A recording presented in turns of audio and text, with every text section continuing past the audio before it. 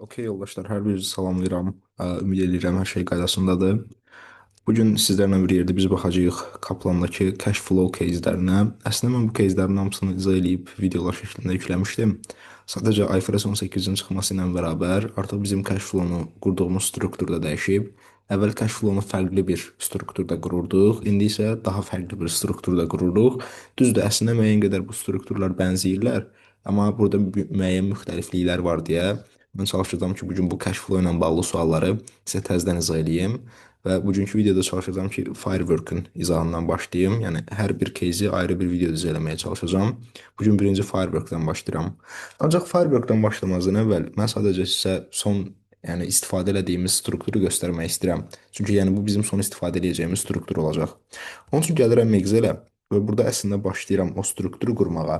Sadəcə bu strukturu qurmazdan əvvəl bizə SPL lazımdır. Çünki siz bilirsiniz ki, nə vaxt ki biz cash flow qururuq undirect metodla, bizim bu metodu qurmağımız üçün bizə SPL-dən bir profit rəqəmi lazımdır, düzdür? Bu operating profit ola bilər, nə bilim, başqa bir profit göstəricisi olmalıdır. Yəni biz cash flow-nun undirect metodunu qurmaq üçün mütləq şəkildə SPL-dakı rəqəmlərə ehtiyacımız var. Ona görə mən ən birinci sizə göstərəcəm ki, IFRS 18 ilə biz SPL-ı necə qururuq. Bunu qurandan sonra isə artıq keçəcəm nəyə? IFRS 18-ə görə cash flow-nu necə quracağıq. Gəlin SPL-ı birinci quraq. Biz bilirik ki, SPL-də həmişə bizim birinci komponentimiz revenue-dur. Ondan sonra gəlir cost of sale. Yəni revenue-dan cost of sale-ı çıxanda bu sizə hansı nəticəni verir? Bu sizə verir gross profit-i, düzdür? Ondan sonra gross profit-dən siz çıxa bilərsiniz administrativ xərclərinizi. Ondan sonra buradan çıxa bilərsiniz distribution kostlarınızı, distribution xərclərinizi, yəni paylanma xərclərini. Bu isə sizə nə verəcək? Yəni bu gross profitdən bu ikisini çıxdıqdan sonra alacağınız nəticə nə olacaq? Cavab operating profitdir. Yəni bunu Azərbaycanca əməliyyat mənfəəti kimi adlandıra bilərik. Operating profitin üstünə siz gələ bilərsiniz investment income-ınızı, yəni investisiya gəlirlərinizi. Ondan sonra bunun üstünə gəlirsiniz share of profit from associate. Əgər konsolidasiya dərsini xatırlayırsınızsa, bizim associate'imiz ola bilirdi. Yəni investisiya etdiyimiz şirkətlərdən biridir və ondan biz müəyyən bir gəlirini götürürdük. Yəni bizə düşən payını. Ona share of profit from associate deyirdik. Sadəcə bunların yanında müsbət işarəsi qoyacağam. Yəni bilin ki, bunlar gəlirdi. Bunların yanında isə mənfi işarəsi qoyacağam. Çünki bunlar xərcdir. Yəni bunları sadəcə sizə izah eləmək üçün qoyuram. Əgər operating profitin üstünə siz bu ikisini gəlsəniz, əldə edəcəyiniz nəticə bizim üçün nə olacaq? Olacaq profit before financing tax. Biz əvvəllər bunun adını PBT yazırdıq, yəni F olmadan yazırdıq. Profit before interest tax. Artıq bunun adı dəyişib. Necə qeyd olunur? Profit before financing tax kimi. Ondan sonra biz buradan çıxacağıq finance kostlarımızı. Finance kostların digər bir adı nə idi? Yəni bunlar lori dildə nə deməkdir? Interest expense-lərdir, yəni faiz xərcləridir. PBFIT-dən bunları çıxandan sonra əldə edəcəyimiz nəticə bizə nəyi verəcək? Verəcək profit before tax-i, yəni vergidən əvvəlki qazancımızı, mənfəətimizi və buradan da biz çıxsaq artıq tax expense-imizi, yəni vergi xərcimizi, bu bizə verəcək artıq net profiti. Bu qurduğumuz SPL-in forması IFRS 18-ə əsasəndir. Yəni gələcəkdə də imtahana daxil olacaqsınızsa əgər, imtahanda da bu tipdə bir forma ilə qarşılaşacaqsınız. Ona görə bunu öyrənsəz yaxşı olar. Yəni köhnəni artıq unudun, o sizə lazım deyil. İndi gəlin baxaq görək biz SPL-i qurduq. Bəs cash flow-nu, undirect metodunu quran zaman biz necə bir yanaşma eləyirik? Biz bilirik ki, ən birinci başlayırıq operating activity-dən, düzdür? Yazdım bura operating activity və mən bu səfər artıq operating activity-yə başlayanda neydən istifadə eləyəcəm? Cavab olacaq operating profit. Yadda saxlayın ki, artıq siz cash flow-da undirect metodla operating activity-yə başlayanda operating profit-dən başlayırsınız. Operating profit-lə başlayandan sonra isə bu deyil müəyyən adjustmentlar eləməlisiniz. Xatırlayırsınızsa biz deyirdik ki, həmişə SPL accrual basis-lə hazırlanıb, siz onu cash flow-ya çevirən zaman oradakı bəzi komponentləri cash basis-ə çevirməlisiniz. Hansı ki, burada SPL-ə adjustmentlar eləyirdik ki, bunların sayı çox deyil, 3 dənədir. Qoyun hətta yazın burada SPL adjustments. SPL adjustments. Okay. Əla, bunlar nələrdir? Ən birincisi depreciation charge-dır. Siz depreciation charge-ı operating profitin üstünə gəlirsiniz. Yəni ingiliscə desək add eləyirsiniz. Bunu niyə add eləyirlər və yaxud bundan sonra niyə digər komponentləri çıxırlar. Bunları burada detallı izah eləməyəcəm. Çünki əslində bu videonun məqsədi sizə daha çox case izah eləməkdir. Amma bunları öyrənmək istəsəz cash flow əsas dərsinin izahına baxa bilərsiniz. Çox vaxt o dərsi mən izah eləyirəm akademiyada. Onun üçün oradan baxıb öyrənə bilərsiniz. Ondan sonra burada qeyd eləyəcəm profit on disposaldır. Hansı ki biz bunu subtract eləyirik. Subtract, yəni çıxırıq və burada olacaq axırıncı loss on disposal, hansı ki biz bunu əldə eləyəcəyik. Yəni bunları belə də yadda saxlaya bilərsiniz ki, biz bu üç komponenti SPL-də nə ediriksə, burada onun tam tərsini eləyəcəyik. Yəni normalda biz SPL-da məsəl üçün də depreciation-ı çıxırıq, profit üstə gəlirik, burada isə onun tam tərsini eləyəcəyik. SPL adjustment-lardan sonra isə biz baxacağıq artıq working capitaldakı dəyişikliklərə, working capital change yazaq, working capitaldakı dəyişikliklərə. Baxaq görək working capital nə qədər dəyişib. Yəni burada nəyə baxacağıq? Inventory, receivable və payable-dakı dəyişikliklərə. Məsəl üçün, gəlin deyək ki, bizim inventory səviyyəmiz artıb. Yəni, keçən ilə nisbətdə bizim inventorylərimizin dəyəri artıb. Belə olanda biz bunu cash flow-da necə yazacağıq? Cavab mənfi iləndir. Yəni, inventorynin sayı artıbsa, bunu belə düşünün ki, biz gedib əlavə inventor almışıq və bunun nəticəsində nə olub? Pulumuz azalıb. Və eləcə də bunun əksi də doğrudur. Əksi nədir? Inventory azalıb. Yadda saxlayın ki, inventory azalıbsa, bu hansı halda baş verir? Deməli, siz məhsulları satırsınız. Yəni, məhsulları satırsınızsa, bu da sizə müəyyən bir gəlir gətirir. Yəni, siz bunu əd eləyirsiniz. Ondan sonra burada çox detallı gördüyünüz kimi izaha girmirəm. Yəni dediyim kimi, əgər bunların detallı izahını öyrənmək istəyirsinizsə, o əsas dərsin video recordinginə baxa bilərsiniz. Mən burada sadəcə proformanı yazmaqda əsas məqsədim. Ondan sonra baxırıq receivable-lara. Əgər receivable-larımız artırsa, bu da həmçinin bizdə pulun azalması deməkdir. Mən həmişə tələbələrə deyirəm ki, bunu hansı məntiqlə yadda saxlayın. Əgər sizin receivable-nız artırsa, siz deməli insanlara borc verirsiniz. Yəni siz öz pulunuzu cəmaata borc kimi verirsiniz. Düzdür, sizin alacaqlarınız artır, yəni receivable-larınız artır. Amma digər bir pəncərədən baxsaz, sizin pulunuz azalır. Və bunun əksi də doğrudur. Əgər receivable-lar azalsa, deməli nə olub? Siz artıq başlamısınız öz pullarınızı toplamağa. Yəni pulları alırsınızsa, bunu əd eləyəcəksiniz. Payable-da isə məsələ rahatdır. Əgər sizin payable-nız artırsa, deməli borc götürürsünüz və borc götürürsünüzsə sizə pul gəlməlidir. Bunu əd eləyirsiniz. Yox, əgər payable azalırsa, payable-da bir azalma varsa, deməli siz borcu ödəyirsiniz və ödəyirsinizsə də nə olacaq? Sizdən pul gedəcək. Yəni biz bunu subtract eləyəcəyik. Ondan sonra əvvəllər bizim burada tapdığımız fiqurun adı belə adlanırdı.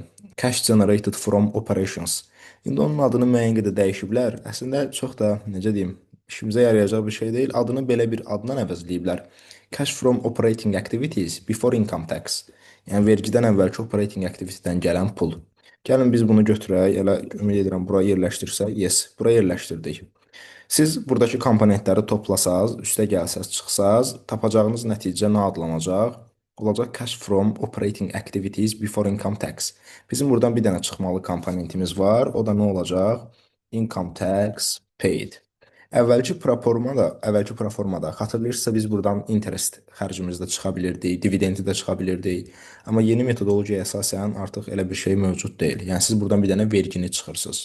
Və bu sizə hansı nəticəni verir? Bu sizə verəcək artıq net cash flow-nu verəcək. Cash flow from operating activity. Yəni bu artıq net cash flow olacaq activity. Və yaxud net sözünü də görə bilərsiniz. Net cash flow from operating activity.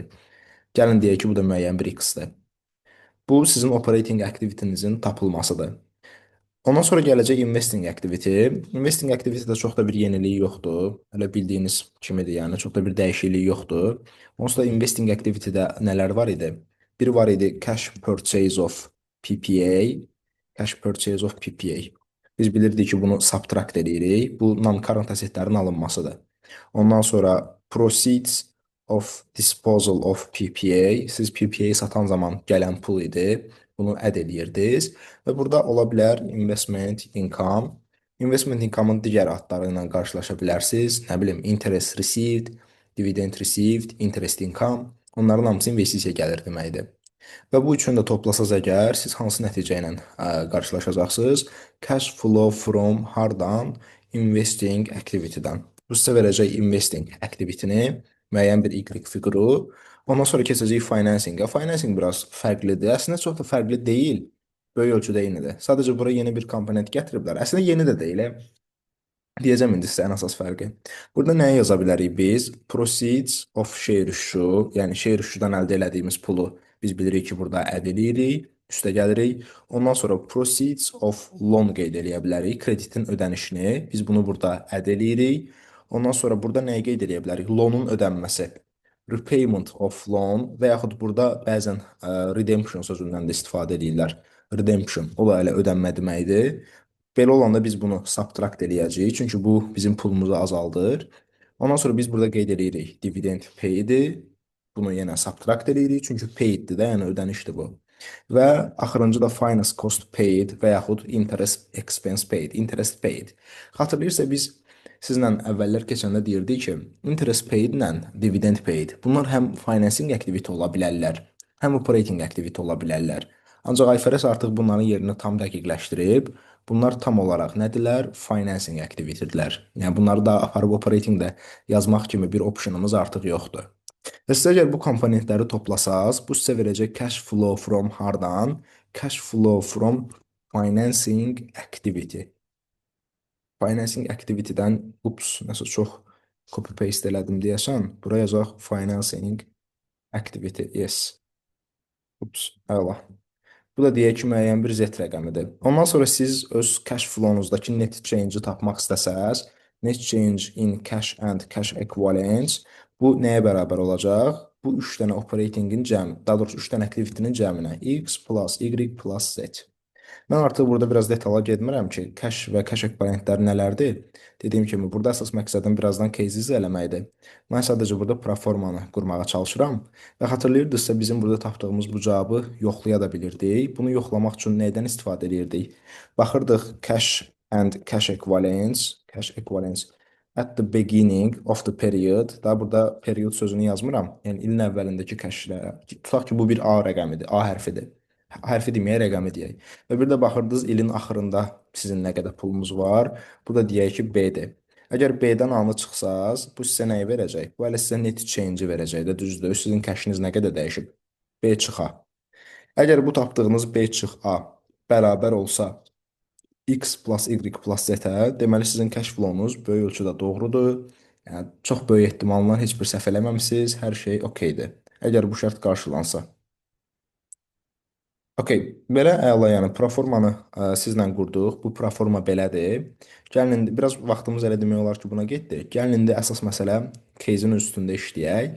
Proformanı biləndən sonra case-in üstündə işləmək daha rahat olacaq bizə, nəinki başqa yolla.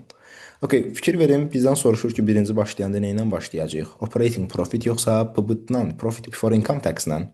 Əvvəllər biz bununla başlayırdıq, profit before income tax-ilə. Səhv xatırlamıramsa, artıq mənim də yadımdan çıxıb.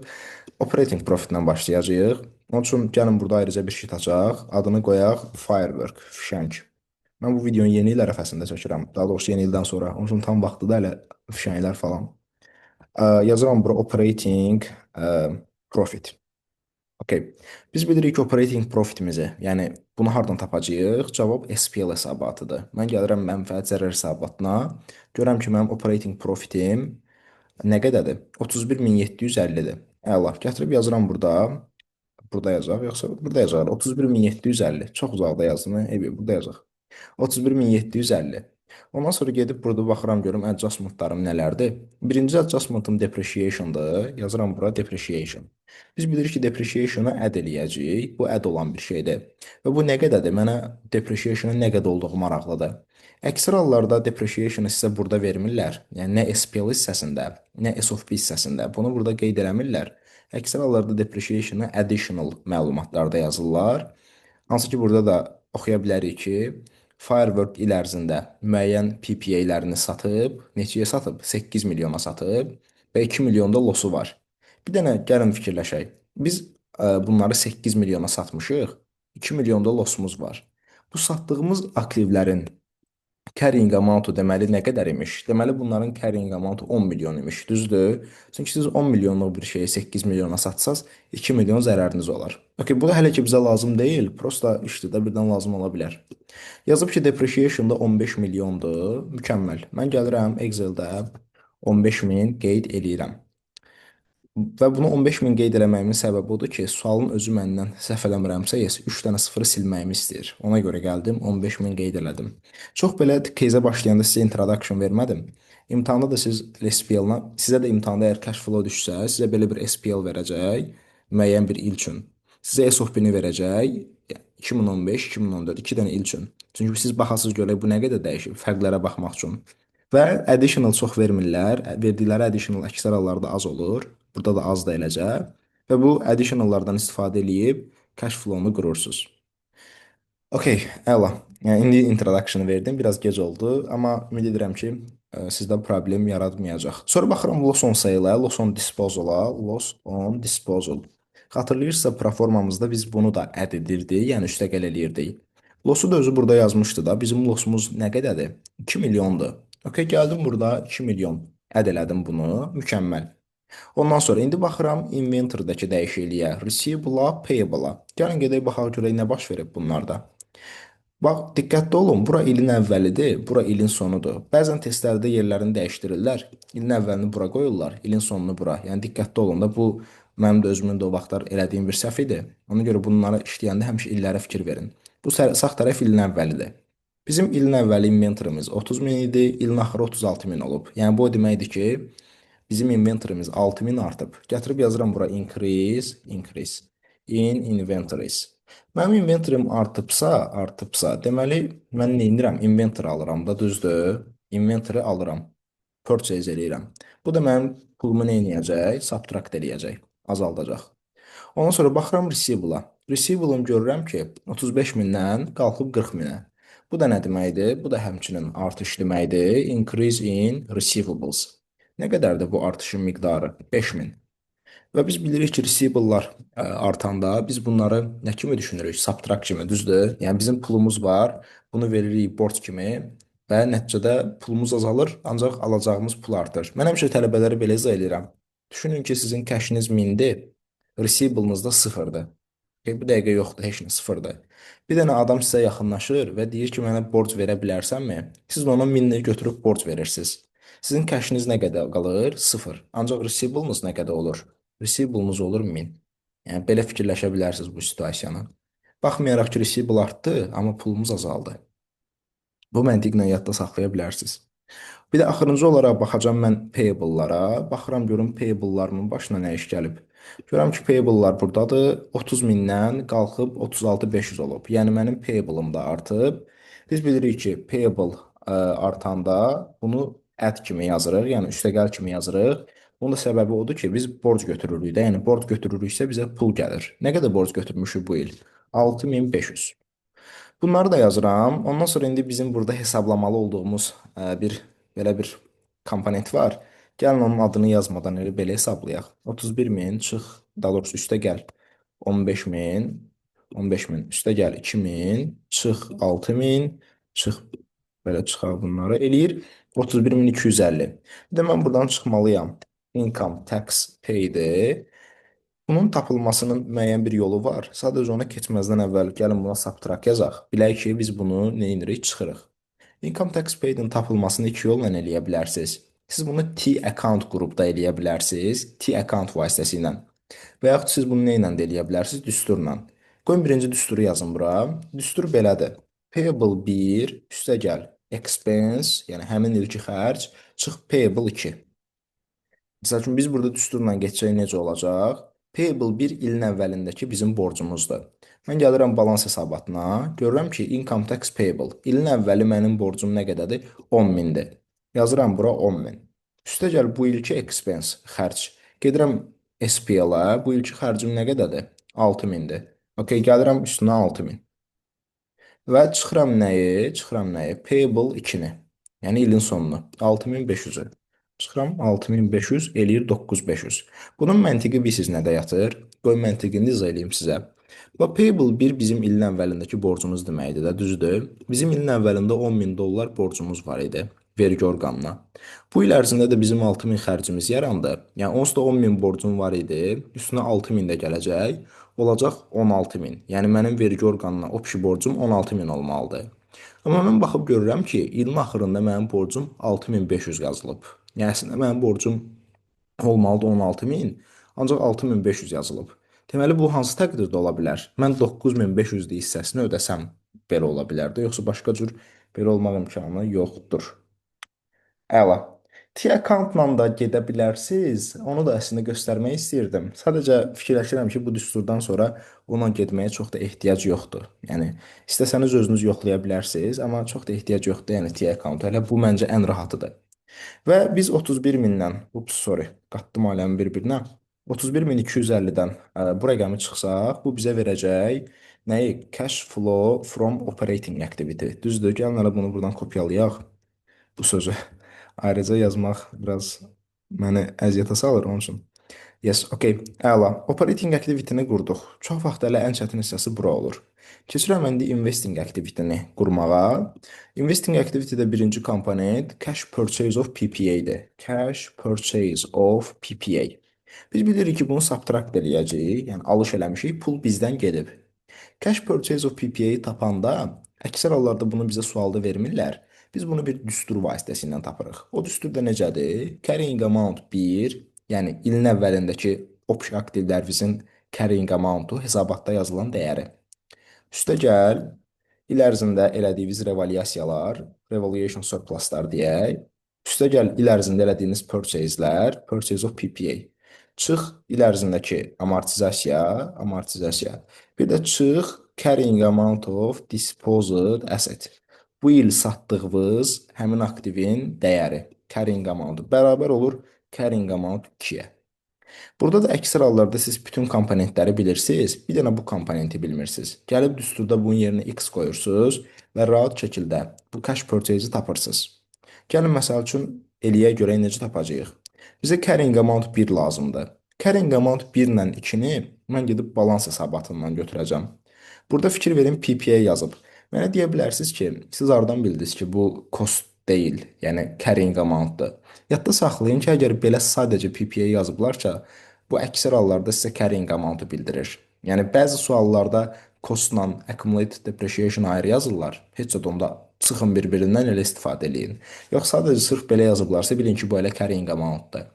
Burada nə qədərdir carrying amount'umuz? 93 min. Yazıram 93 min, üstəgəl. Revaluation surplus. Mən surplusumu iki yerdən öyrənə bilərəm. Bir OCI-yə baxaram. Baxım görüm OCI-də nə qədərdir. OCI-yə baxıram, görürəm ki 2000 surplus var. Bir də biz bilirik ki, revaluation surplus equity-də də olur da, düzdür? Məsələn, mən gəlirəm equity-yə, görürəm ki, mənim surplusum 8000-dən 10000-ə qalxıb. Deməli, mən bu il 2000 revaluation surplus əldə eləmişəm. Ondan sonra üstə gəlirəm X-ı, çünki biz bunu axtarırıq da, düzdür? Ondan sonra çıxıram amortizasiyanı, onu şərtdə vermişdi ki, 15 mindir, 15 min. Və çıxıram carrying amount of disposed asset, satdığım aktivin dəyərini. Bunu da əslində bayaq sizlə tapmışdıq. Biz aktivi 8 minə satmışdıq, 8 milyona. 2 milyon da lossumuz var idi. Carrying amount nə qədər olacaq? Olacaq 10 milyon. 10 milyon. Ups, yaza bilsəm əgər. Bu da bərabər olmalıdır carrying amount 2-yə. Onu da yenə gedib balans hesabatından götürəcəyik. Nə qədər oldu da 110 mindir. Gətirib yazacağım bura 110 min. Əla. Bunu yazdıq bura. Bir dənə qalır tək işimiz nədir burada? X-i tapmaq. İndi əgər X-i tapmaq istəsək necə tapacağıq onu? 110-dan çıxacağıq 93-ü, çıxacağıq 2-ni, üstə gəl 15, üstə gəl 10. Eləyəcək 40, yes. Bu da bizə verəcək 40 min. Tapdıq ki, x nə qədərdir? X 40 mindir. Gətirib bura 40 min yazacağım. Bu carrying amount of disposed asset-i tapmaq üçün bir düstur deyə bilərəm sizə. Düzdür, düsturlar çox da yaxşı bir yol deyil. Əzbərə yönəldir sizi. Amma belə düşünün də, siz əgər proceeds-dən carrying value-nu çıxsaz, yəni proceeds satdığınız asset-dən əldə elədiyiniz puldur, carrying amount da onun dəyəridir. Hazır ki, hesabatda yazılan dəyəri. Əgər tapdığınız cavab müsbətdirsə, bu profit mənasına gəlir. Mənfidirsə lossdur. İndi gətirək bunu öz кейsimizdə yerləşdirək. Bizdə proceeds 8 milyon idi. 8 milyon. Gətirib yazıram bura. 8 milyon. Profit və yaxud loss idi 2 milyon. Onu gətirib bunu mənfi ilə yazacağam bura. Mənfi 2 milyon. Siz buradan hesablasaz, tapacaqsınız ki, carrying amount 10 min edir. Yəni 10 milyon. Yəni belə də eləyə bilərsiniz. Bu da bir yoldur. Belə yadda saxlaya bilərsiniz. Ondan sonra yazacağam bura proceeds of PPA, yəqin ki, yes, disposal proceeds of PPA. Proceeds of disposal of PPA. Bu rahatdır, bunu veriblər mənə onsuz da. Nə qədərdir bu? Bu səhv eləmirəmsə 8 milyondur. Yes, yazıram bura 8 milyon və bunu əd eləyirəm, müsbətlə yazıram. İndi mən əgər financing yox, sorry, investing hesablasam, investingdən tapacağım nəticə nə qədər eləyir? Bu eləyir hardasa mənfi 32 min. Yes, mənfi 32 min. Gəlin bunu yanında qeyd eləyək ki, bu outflow-dur. Çünki hesabatda rəqəmləri mənfi ilə göstərmirlər əksər hallarda. Ya və yaxud bunu özünüz başa düşməyiniz üçün belə eləyə bilərsiniz. 40 min üstə gəl 8 min. Yes, mənfi 32 min. Və yaxud mən bunu 32 min yazıb outflow saxlayıram. Gəlin bunu da yanında yazaq inflow. Çünki bu müsbət idi. Okay? Bu mənfi olacaq. Çünki 40 min mənfidir, 8 min müsbət. Ondan sonra keçirəm financing activity-yə. Financing activity. Burada baxıram ki, repayment of bank loan. Kreditimin ödənişi. Repayment of loan. Bu repayment'dır, ödənişdir. Mən bunu subtract eləyəcəm. Çünki ödənişdir də bu məndən pulu aparır. Bunu necə hesablayıram? Gedib baxıram bank loanuma. Görürəm ki, bank loanum 17 min idi, düşüb 7 minə. Deməli mən 10 min kredit ödəmişəm, düzdür? Deməli mənim repayment'ım 10 mindir. Bunu yazdım bura. Ondan sonra baxıram görüm məndən başqa nə istəyir. Proceeds of share issue. Yazıram proceeds of share issue. Yadda saxlayın ki, biz bunu həmişə əd edirik. Mən bunu əd elədim. Və siz buradakı məbləği tapanda gedib baxacaqsınız share capital-la share premium-a. Görürsünüz ki, share capital 5000 artıb, premium da 5000 artıb. Cəmləyirsiniz, gətirib burada bunu 10.000 kimi yazırsınız. Ondan sonra gedirəm, baxıram digər hissəyə finance cost paid. Bunun da bir düsturu var. Finance cost paid. Bunun da düsturu elə bax buradakı income tax paid-in düsturu ilə eynidir. Payable 1 üstə gəl, expense çıx payable 2. Sadəcə onu deməzdən əvvəl, tapmazdan əvvəl finance cost paid-ə gətirək subtract yazaq. Çünki bu bizdən aparır da, yəni pulu aparan bir şeydir. Bax, finance cost expense-imiz nə qədərdir? Bunu SPL-a baxıb öyrənə bilərik. SPL-da yazıblar ki, interest expense-imiz 750-dir. Bu əla. Sadəcə siz balans hesabatına gəlib görürsünüz ki, burada interest payable, interest accrued, yəni belə bir şey yoxdur da, burada yazılmayıb. Yadda saxlayın ki, əgər balans hesabatında bunu yazmayıblarsa, bunun səbəbi odur ki, sıfırdır deyə. Yəni bu sıfırdır deyə sizin faiz borcunuz. Ona görə burada yazmayıblar. Yəni deməli sizin ilin əvvəli də payable-nız sıfırdır, ilin axırı da sıfırdır. Belə olanda elə finance cost paid nəyə bərabər olacaq? 0 üstə gəl 750 çıx 0. Elə xərcinizə bərabər olacaq. Okay? Bu hansı halda olur? İlin əvvəli də, ilin axırı da borcunuz 0 olsa. Əla. Bir də qalacaq axırıncısı dividend paid. Bunun da çox qəşəng bir düsturu var. Hər şeydə mən daha düstura baxmadım. Bezəcəksiniz axırda. Bizim retained earningsimiz var da, düzdür. Biz bilirik ki, dividendləri bölüşdürülməmiş mənfəətdən ödəyirik. Yəni retained earningsdən. RY1 bizim ilin əvvəlindəki retained earningsdir. Biz bilirik ki, bizim bölüşdürülməmiş mənfəəti nə artırır? Net mənfəət. Və biz sonra buradan dividend ödəyirik. Bu da bərabər olur RY2-yə. RY2. İndi gəlin yerinə qoyaq da. Buradan dividendi x deyib sonra taparıq ki, necədir? Hətta gəlin dividendi çıxardaq bərabərliyin digər tərəfinə. Necə olacaq? R-yə 1 üstə gəl. MP çıx R-yə 2. Yes. Çıx yazmalıydım. Sonra bərabər qoydum. Əla. İndi gedək qoyaq da düsturda yerinə. R-yə 1. Retained earnings 1. O equity-də olacaq. Nə qədərdir? 85 min. 85 min. Üstə gəl net profit. Bu SPL-də olacaq. SPL-da görürəm ki, profitim 25 mindir. Gəldim, yazdım bura və çıx R-yə 2. O da SOP-də olacaq. Gedirəm R-yə 2-ni hesablamağa 96 min. Yes, gəldim bunu çıxdım. Eləyəcək 14 min subtract. Yəni böyük ölçüdə dividend ödəmişəm. İndi financing activity-ni hesablasam, görürəm ki, financing activity-mdə vəziyyət necədir? Məsələn, deyəsən mənfilərdəyik burada da. Okay, baxıram ki, mənfi 10 min, müsbət 10 min. Bu ikisi bir-birini apardı onsuz da, heç nə qalmadı. Bu ikisində isə nə qədər eləyir? 14.750 eləyir, ancaq mənfi, subtract. Onun üçün yanında yazıram hələ outflow. Outflow qeyd eləyirəm. Mesela rəqəmlər çox böyük görsənir gözümə. Ümid edirəm düzələmişik. Axırda səhv çıxmasını heç istəmərəm. Net change yazıram, davamını gətirmirəm. Gəlin birinci özümüz üçün hesablayaq. Bu müsbətdir, bu mənfidir, bu da mənfidir. Nə qədər eləyir? Mənfi 25 min. Maşallah çox, maşallah deməyək, çox da yaxşı bir situasiya deyil əslində bunun olmağı. Amma Mənfi 25 min burada nəsə çox böyük bir rəqəm kimi görsənir gözümə. Ümid edirəm arada nə isə qaçırmamışam. Yes. Arada qaçırdığım bir şey varmı? Yes, baxdım. Mən burada bir hissədə səhvə yol vermişəm. O da Excel-də səhv eləmişəm. Burada axırıncı 6500 əddir. Mən bunu çıx kimi yazmışam. İndi bunu düzəltsəm bütün məsələ həll olur. Yes, artıq rəqəmlər düzəlir. Mənfi 12000 olur. Gəlin biz bunu 12000 yazaq elə. Yanında da qeyd eləyək outflow. Çünki mənfi 25 min çox böyük rəqəm idi. Nəsə belə içimdə biraz burxuq qaldı ki, o niyə o boyda olur. Sonradan göz gəzdirdim bütün hesablamalara. Gördüm ki, burada biz 6500-ü əd eləməyə əvəzinə çıxmışıq düsturda. Onu düzəltdim. İndi oldu mənfi 12000 outflow. Gəlin yoxlayaq görək düz tapmışıqmı? Onsuz da yəni səhv tapsaydıq belə o yoxlamada ortaya çıxacaqdı. Gedib modelə təzədən baxacaqdıq. Gəlin buradan sözləri kopyalayaq hələ. Baxaq görək ilin əvvəli nə qədərdir kəşimiz. İlin axırı nə qədərdir? Bunu yoxlayaq. İlin əvvəli, ilin axırı. Bax, yadda saxlayın ki, siz cash və cash ekvivalent deyəndə cash and cash ekvivalent 3 komponentə baxırsınız. Bir adi cashınıza, hələ pulunuza. Ondan sonra gedib baxmalısınız overdrafta və gedib baxmalısınız short term investmentsa, yəni qısa müddətli investisiyalarınıza. Əksər hallarda BIP Kaplan testlərində short term investment olmur. Yəni biz bunu görmürük Kaplanda, BIP-də. Bu daha çox study hub testlərində var. Lakin cash-la overdraft çox vaxt burada olur. Onun üçün gedək baxaq. Birinci gedək cash-a baxaq. Görəm ki, 2014-ün əvvəli məndə 10.000 cash var idi. Müsbət 10.000. Əla. İlin axırı isə yoxdur. Gedib overdrafta baxıram. İlin əvvəli məndə overdraft yox idi, müsbətdə idim. İlin axırı artıq 2000 overdraftdayam. Gəlirəm ilin əvvəlinə müsbət 10.000 yazıram. Müsbət 10.000. Yəni bu pozitiv balansdır da, düzdür, pozitiv. Və yaxud heç yazmıram, elə müsbəti özüm qeyd edəcəm. Müsbət 10.000. İlin axırına getdikcə isə mənim o müsbət balansım var, müsbət kəşim. O sıfıra düşüb və əksinə bilirsiniz nə olub? Mən keçmişəm mənfiyə. Overdraft bizdə mənfi balansı bildirir də, düzdür? Yəni elə bilin ki, bizim pulumuz mənfidədir. Mənfi 2000-dəyəm. Mənfi 2000. İndi biz net change-i tapsaq necə tapacağıq? B çıxılsın A. Bu da eləyəcək mənfi 12.000 və yaxud bunu necə yaza bilərik? 12.000 outflow. Çox vaxt testlərdə bunu belə qeyd edirlər. 10.000 pozitiv, 10.000 pozitiv. Burada 2.000-i gətirib yazırlar negativ kimi, mənfi kimi.